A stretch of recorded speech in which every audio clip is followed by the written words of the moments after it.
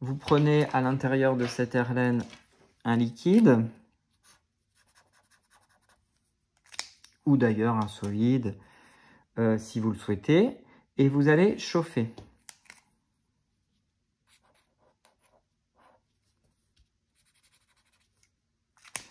Le chauffage de votre Erlen va provoquer ici une ébullition, une fusion si c'est un solide, puis une ébullition puisque c'est devenu liquide, et vous allez avoir nécessairement des vapeurs qui vont s'élever.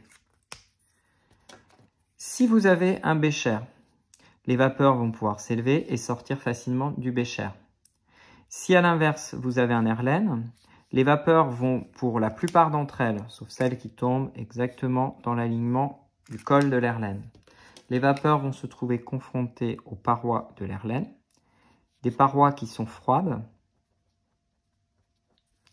Les vapeurs vont donc se condenser sur les parois et vont retomber dans l'Erlen, ce qui fait que l'on va chauffer en perdant beaucoup moins de matière.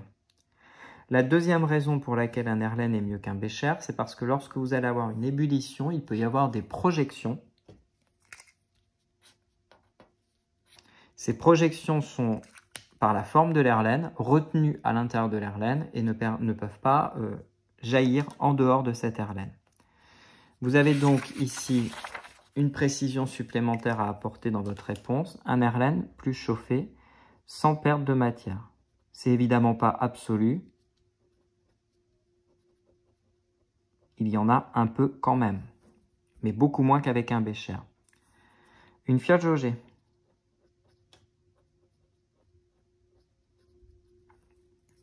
À nouveau, un instrument de verrerie dont vous devez connaître le nom et dont vous devez connaître le rôle.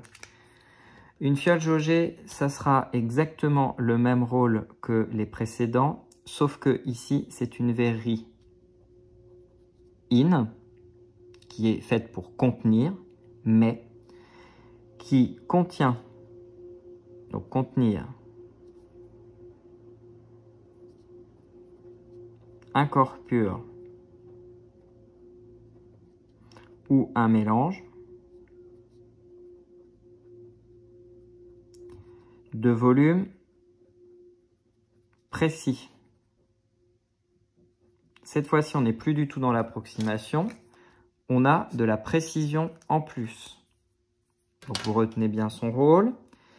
Ça va se voir tout de suite au calcul de l'incertitude relative. Le schéma, c'est un col très fin et une forme arrondie en bas. Ensuite, vous rajouterez le trait de jauge, donc un seul trait sur cette verrerie. Vous allez alors avoir un calcul d'incertitude relative, delta V sur V.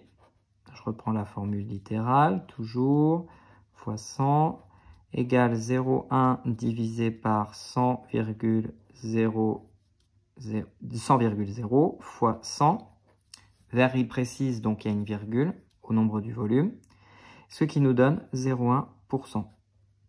Voilà ici le pourcentage. Vous voyez un passage d'une verrerie de 5% d'erreur à 0,1%. On comprend bien tout l'intérêt de cette verrerie pour obtenir de la précision. Alors, je continue ce tableau avec l'éprouvette graduée.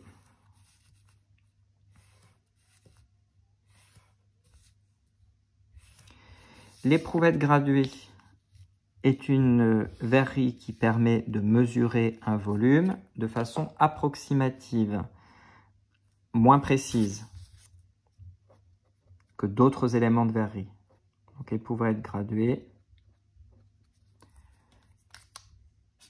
Son rôle n'est pas de contenir, mais de mesurer un volume approximatif. Puisque c'est un volume approximatif, vous retiendrez facilement le schéma. Donc voilà le schéma d'une éprouvette graduée. C'est une verrerie exte, puisqu'elle n'est pas destinée à contenir et à conserver, mais juste une phase transitoire pour mesurer. Et on vous donne un delta V sur V, c'est-à-dire l'incertitude relative si je n'oublie pas de multiplier par 100, qui est égal à 2 divisé par 100 fois 100, ce qui nous donne un total de 2% d'erreur relative. Vous voyez qu'on mesure un volume. C'est bien mieux qu'un Becher ou qu'un Erlen, mais ça reste très imprécis par rapport à la fiole jaugée. L'Erlen, on connaît son schéma. La fiole, on connaît son schéma. L'éprouvette, on connaît son schéma. Il y en a déjà un certain nombre qu'on avait déjà travaillé ensemble. Je continue avec la pipette Pasteur. Notez bien que je ne souligne pas en rouge la pipette Pasteur. La photographie, vous avez un peu de mal à la discerner. Quelle est l'utilisation? Prélever une quantité petite et imprécise.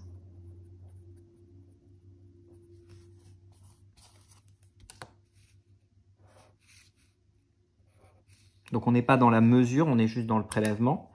Le schéma vu de profil, c'est une propipette, tout en haut une petite poire et un tube très fin en dessous, donc on peut faire par un trait. Le type de verrerie, c'est de la verrerie de prélèvement, donc c'est Ext, et il n'y avait pas d'incertitude relative à calculer. On ne se concentre pas trop sur cet élément de verrerie, même si on va l'utiliser. En réalité, au lycée, vous utiliserez des pipettes principalement en plastique, même si on appelle ça de la verrerie. La burette graduée. Je reprends le tableau.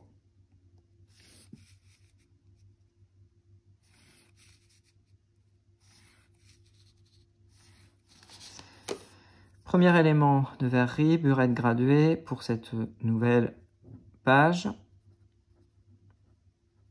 Burette graduée. Alors le schéma, il y a un entonnoir tout en haut, il y a un tube très fin et long et un robinet en bas.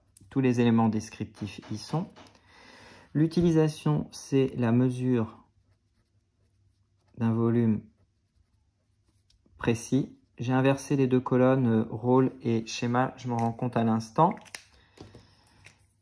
Burette graduée, mesure volume précis et le schéma. Non seulement j'ai inversé, mais je ne vais pas vous demander de retenir ça, donc ne soulignez pas en rouge comme je viens de le faire. Pas la peine. C'est du matériel que vous n'allez pas beaucoup manipuler en seconde, si tant est qu'on remanipule du matériel. Nous avons donc ici un type de verrerie qui est évidemment de la verrerie Ext, puisque c'est transitoire, ça n'est pas fait pour contenir et conserver un liquide. Et vous notez que l'écart relatif, delta V sur V, fois 100, est égal à 0,2 divisé par 100,0, puisque c'est un volume précis, fois 100, ce qui nous donne de l'ordre de 0,2%. On voit donc toute la précision de cette verrerie. Je vais reprendre l'ordre normal des colonnes pour la suite. Surtout que là, il va falloir que vous connaissiez le matériel. Pipette graduée. Une pipette graduée, déjà manipulée par vous, déjà expliqué en termes de fonctionnement comment cela se manipulait. Une pipette graduée, son rôle c'est la mesure d'un volume précis. Éprouvette, c'est approximatif, pipette, c'est précis.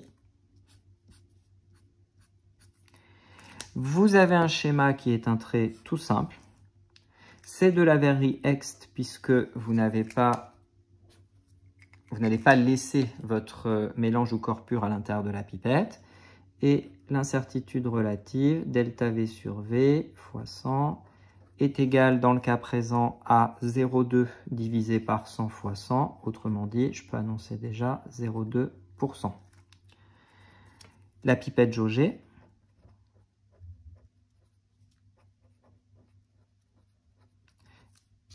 Mesure d'un volume précis. Vous soulignez en rouge pipette jaugée, mesure d'un volume précis, plus que pipette graduée. Quand vous avez le choix, c'est elle qu'il faut prendre. Le schéma, c'est un trait très fin, mais avec un gros ventre au milieu. Ext. delta V sur V fois 100, ce qui nous donne ici 0,1 divisé